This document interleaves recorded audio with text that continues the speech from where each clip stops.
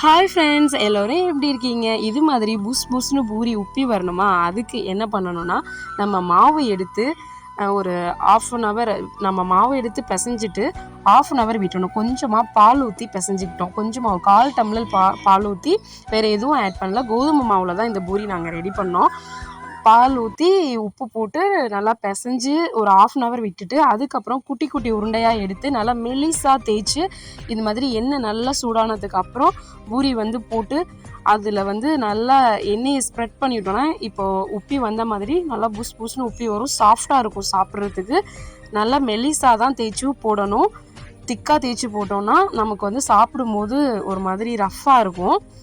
மெலிசாக தேய்ச்சி போட்டால் தான் நல்லா லேஸாக சாப்பிட்றதுக்கு சூப்பராக டேஸ்டியாக இருக்கும்.